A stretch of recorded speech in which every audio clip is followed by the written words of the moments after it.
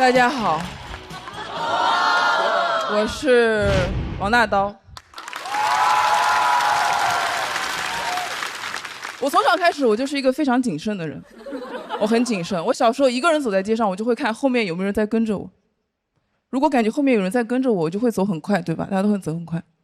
如果我发现他也走得很快，我不想让他觉得我害怕了，我就会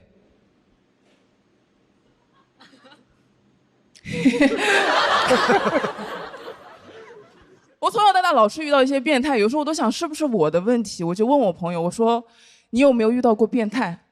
他想了一下，他说今年还没有。我就想起很早之前我遇到的一个，是在大学的时候，大学有一年，我一个人走在学校外面的步行街上，有一个60、70岁的老头骑着80年代的自行车朝我骑过来，他的头特别的秃。当时建设银行的蓝光和建设银行旁边卖衣服的红光打在他的头上，随着他的移动，我以为有辆警车开过来了。他开始慢慢的逼近我，当我们两个只有半米的时候，他开始以我为圆心，开始骑车画圆。我当时一边往前走，一边发消息给我朋友，我说有个死变态以我为现在骑车画圆。但是他画得太圆了，我全程看不到他的侧脸和后脑勺，他的正脸死死地对着我，我是一个移动的圆心，但是他画的每一个圆的半径都保持一致。我当时觉得他骑了个派。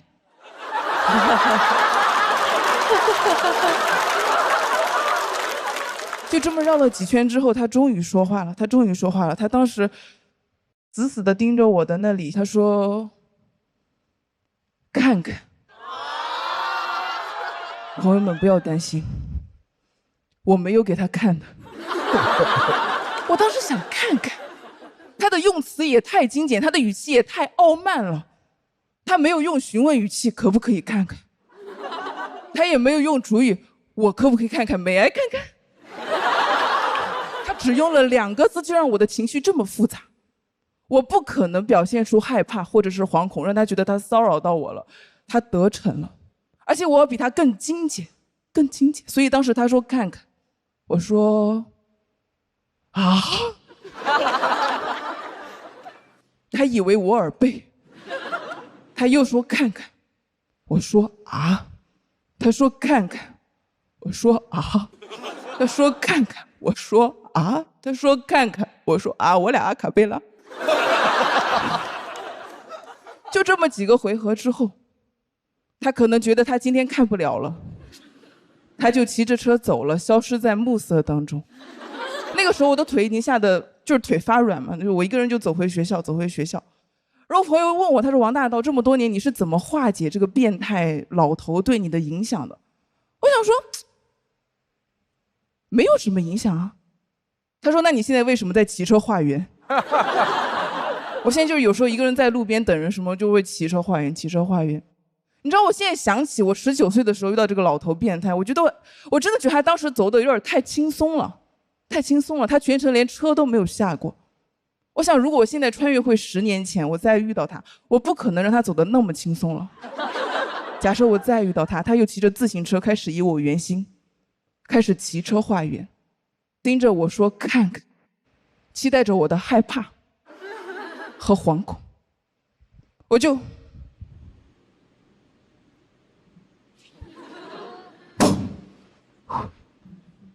现在又看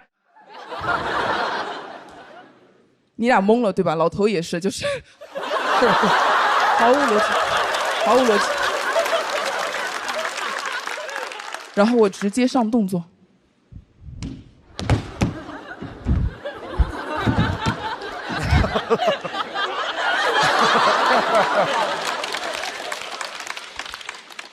我直接起舞，他也不骑车了，他把车停下来看着我，他没有见过我这样的女人，他害怕了，他觉得我有病，他就骑着车仓皇逃离现场。我看他没有任何的回馈，我就眉飞色舞的追上去。然后我开始以他为圆心，我 circle 他。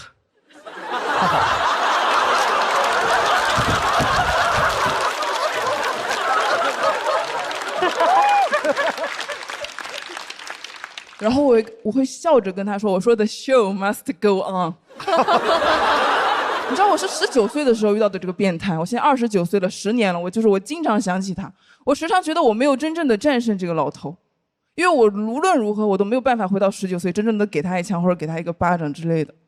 但是我朋友说对我10年了，他应该已经死了。我想我会去到他的坟头看看他。看看他在他的坟头，我旋转跳跃，他闭着眼，然后我会长久地凝视着他的坟头，然后我会问他，我说还看吗？谢谢大家，我是王大刀。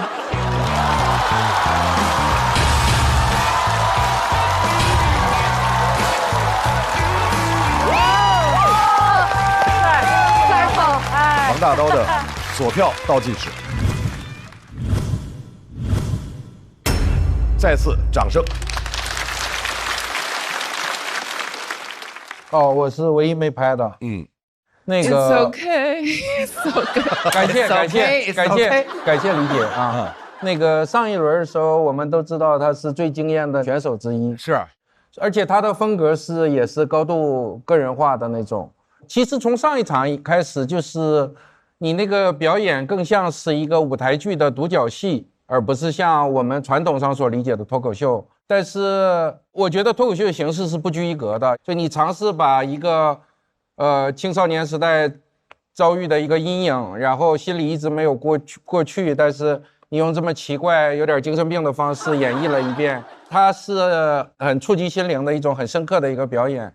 我没拍的唯一原因就是感觉喜剧的密度，对，梗的密度不够。我今天听大刀的前半段的时候，我其实笑得挺厉害的，然后但是听到后半段的时候，我就笑容就收起来了，因为我听这个故事，我更多的感受，听完之后，我觉得我想给你一个拥抱，当然，我觉得这个拥抱其实不仅仅是我想给你的，我觉得也许也是你给我的。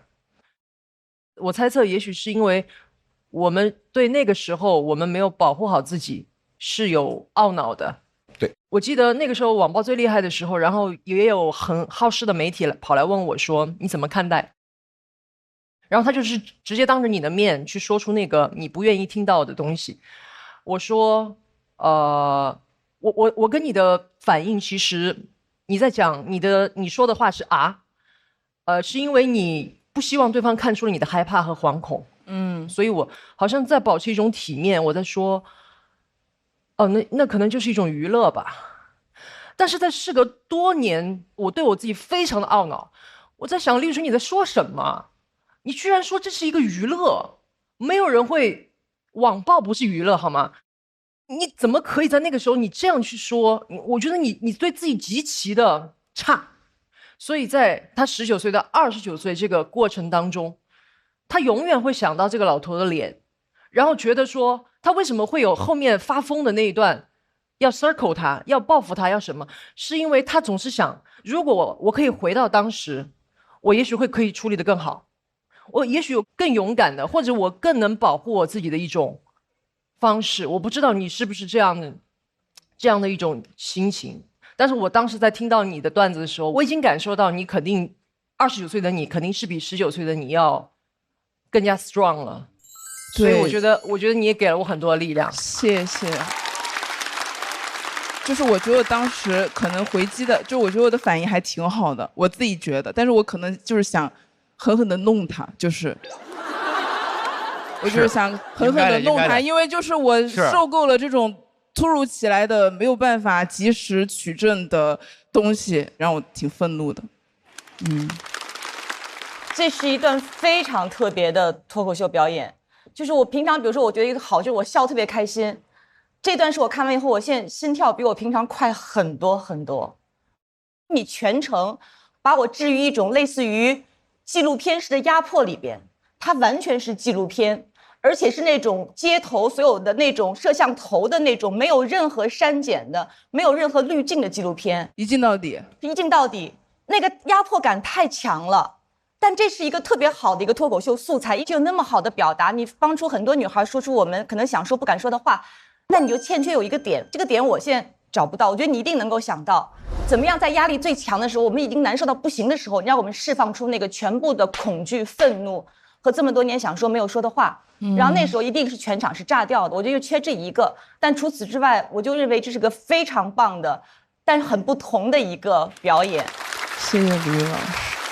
我非常非常喜欢大刀，让大家知道女演员在台上真的可以表达任何自己想说的话题。而且大刀今天很酷的一点是，他只讲自己被骚扰的这一件事。他说他走夜路就会莫名其妙回头看看后面有没有人，这是每一个女人的共性，很勇敢。我觉得一方面情感层面，我在心里还是想狠狠地弄那个老头。我现在不知道他在哪儿干嘛，也不知道他对多少个人说了看看那句话。因为他实际上说的看看后面是有省略一些部位的名称的，是更直接。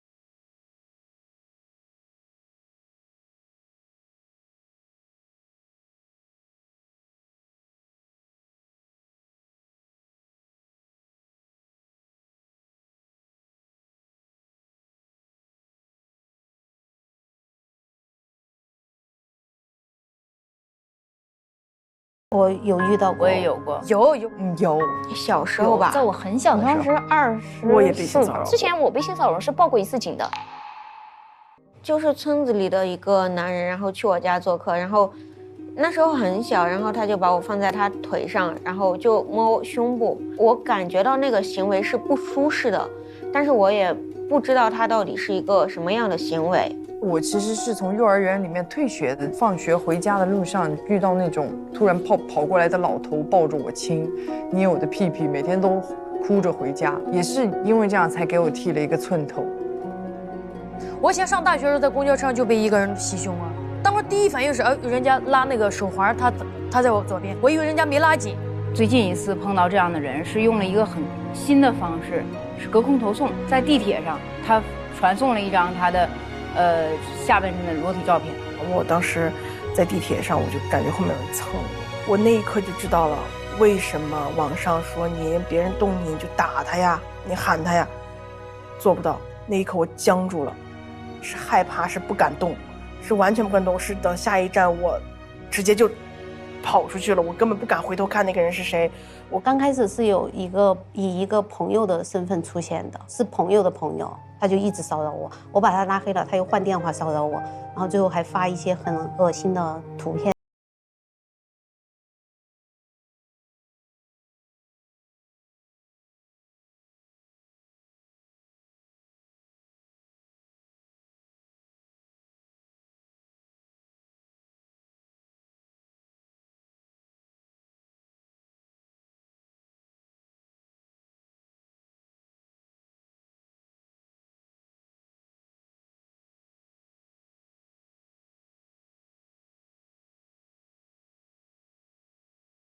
小事吗？值得去报警吗？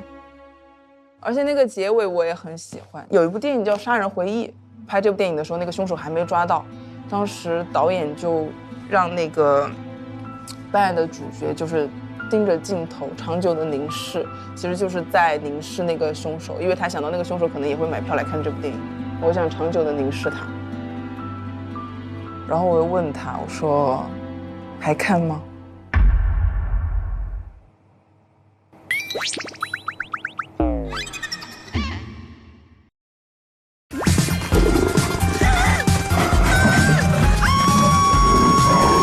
为什么追我？你不是在追我啊，是我在追你。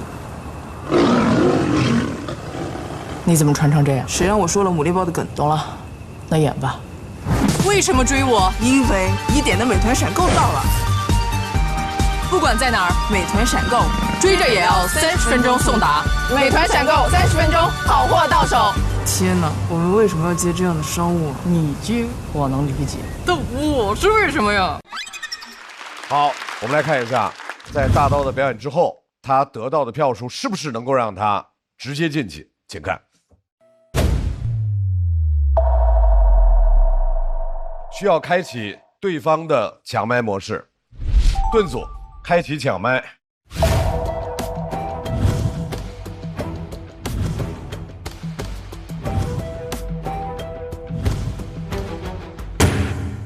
按照我们的规则，因为盾组没有人抢麦，所以我们必须要启动我们的有缘箱。抓球球喽！这更紧张，这更紧张了。来，大刀，你就直接抽就好了。除了你，我们现场谁都能看到你抽的是谁。太好了，太热闹不行，事儿大。来，大刀，大家不给反应啊，完全就是靠缘分。都还行，都还行。哎，又扔了。随便来一个，怎么这跟年会似的呢？啊，谁呀？谁呀？志胜，来吧，志胜啊！来吧！哥哥，好看了，好看了。下面要出场的这位演员在娱乐圈真是进进出出，但是今天他的选择是返璞归乡，掌声欢迎徐志胜。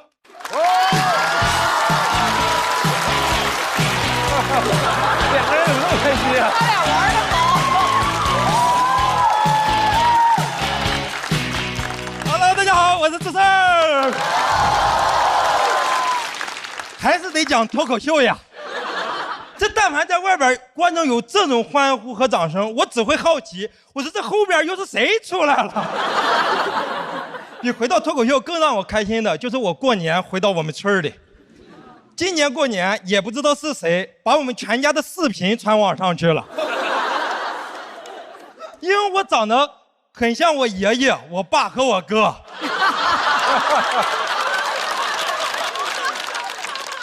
然后网友就说我全家共用一张脸，说在视频里看到了我的一生。就是我爸现在出门都经常被人说，哎，你长得好像徐志胜呀。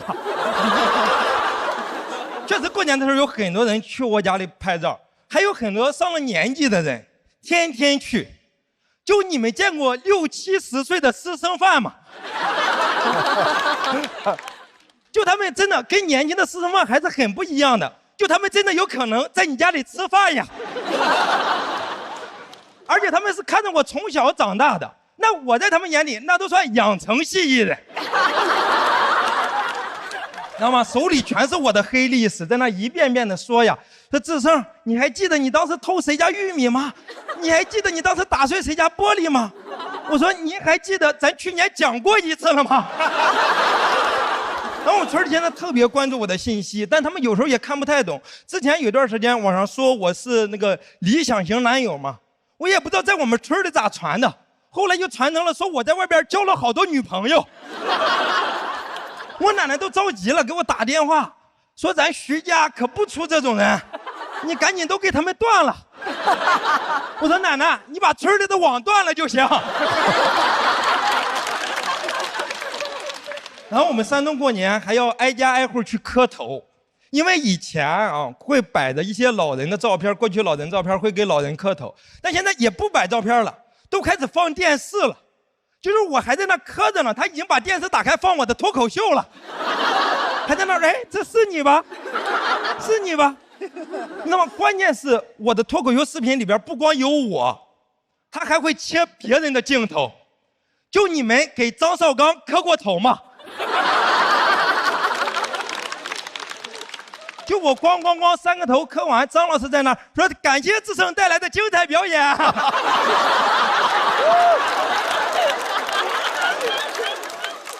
还有人带着孩子去的，在那说赶紧让大明星抱抱，让大明星抱抱。这以前都不让我抱呀。因为他们说谁爆多了就容易长得像谁。就我以前还生气呢，现在明白了，不是不爆，时候未到。哦，我们老师还带着学生去那参观我，给学生说你看这个哥哥，就是因为好好学习，才能讲上脱口秀的。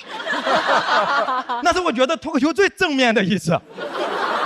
他在那给我要签名，我都急了，我说我小时候模仿我爸的签名，你也不要呀。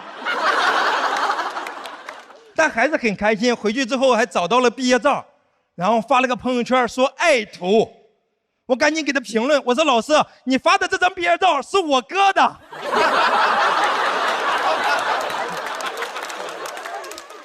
最离谱的是啥呢？还有人去我家里给我表演节目，一个在抖音上唱歌的大哥去我家里给我唱了一首好汉歌，然后要拜我为师。我说大哥，你是不是误会了？我只是刘欢乐在人间，但我真的不是刘欢呀。他还在那里问我说能不能带他上春晚，我说实不相瞒，为师现在也上不去了。他们山东过年还经常会喝酒，而且如果你们去过山东，你会发现山东最擅长的都不是喝酒，是劝酒，那全是道德绑架呀。我现在去，我只要说，我说今天不喝酒了，他说行，你现在大明星了，哪能给我们喝酒呀？我说那就喝一杯行不行？他说行，你现在大明星能给我们喝一杯，就已经是瞧得起我们了。有时候我还被拉着去陪酒，你知道吗？关键是我也不会劝酒，我就只能在那我说你是不是瞧不起我这个大明星？好吧，讲这里，我是我们村的大明星徐志胜。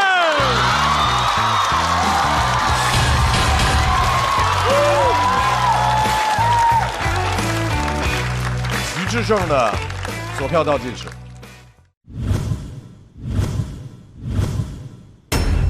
好，谢谢大家，送给志胜。我觉得今天这个表演非常的爱，非常喜欢。谢谢大老师。我希望就是有什么就来什么，不用想那么多，是不是？这也是我今年想明白最重要的一个道理，就是好好笑，好好笑。因为就是做快乐的自己，前提是勇敢做自己嘛，就是把自个儿讲出来就行。我希望你越来越勇敢，越来越快乐，好吧？哎，来了。谢谢大老师，谢谢志胜，我特别同意大老师的，就是咱们就讲咱们的生活，对，然后就把生活是认真的挖掘一下，这事儿其实挺有价值的。对呀，对，那就是哇，这就是最终的价值，对不对？太对了，张老师不枉我给你磕过头呀！得，太棒了啊！他的功力是这样的，他在他最差的时候也能瞬间给我们带入一个欢乐的氛围里，这就是功力。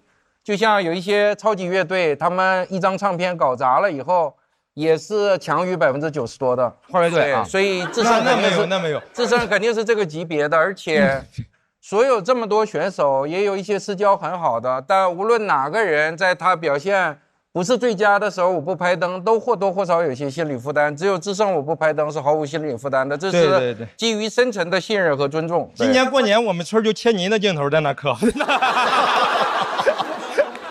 对，最后的这一段话又进行了非常成功的道德绑架。没事，来，春春，我想先问你一个私人问题，就是因为今天志胜分享的是成了名之后回老家的故事。对，就你当时成了名之后回老家，是不是也有盛况？我不光是在老家有盛况啊，走哪儿去？徐玉春本身就是盛况，对因为我的比赛是在长沙，所以就是他们就觉得跟自家人一样的。比如说我在机场，有的时候我记得有一次在廊桥，我碰到一对阿姨，然后他们完全没有觉得你是什么歌手是什么，他们觉得你就是我身边的一个小孩儿，然后他们就会跑过来，然后就是摸你的脸，然后说。君，你好白啊！川说你好白啊！感觉非常家人一样的一种感受。是的。就志胜可能自己完成了那个心理的那段就是心路历程，对，就不纠结不痛苦了，就尽情享受这个舞台。然后刚那段我就觉得，其实如果别人讲话，我不知道会是怎样的呈现，但刚才反正我们笑得非常开心。而且还有一个，其实如果谁在台上，一个明星在台上讲我回家省亲那感觉，其实会有一点点微妙的怪。但是智胜一讲，你就会觉得格外的真诚。对，那个处理不好很容易讨厌。是的，对他就格外的真诚。还有一点，对他变得特别好，就是他以前容易调起得很高，然后越来越高，越来越高。大叫驴嘛。对。脱口秀会不会好，我是不知道，我是越来越好了呀。脱口秀再不好呀，我可能离不开脱口秀的离开。大叫驴嘛。哎，但现在这个没有了。你是做了一些什么样的训练吗？智胜？没有，因为去年其实说实话比较纠结的一件事是，在台上的心理包袱还是挺大的。但今年因为我今年心理包袱就很小，就是想在这个舞台上能给观众，因为我那个给观众的卡上也说的，这个夏天又见面了，所以我就想着，既然是见面，那就高高兴兴的见面嘛，那就不要观众看到你身上带着包袱站在那个台上。我觉得任何的包袱都不应该在这个台上跟观众分享，就应该只分享快乐就好了。好，谢谢智胜。来，在智胜的表演之后，大刀重新回到舞台。哎呀，咱俩这个缘分呀，太吓人了。我就感觉我要戳到你，是吧？过去吧。好，现在2个人的比值分别是，我怎么了？俩人怎么了？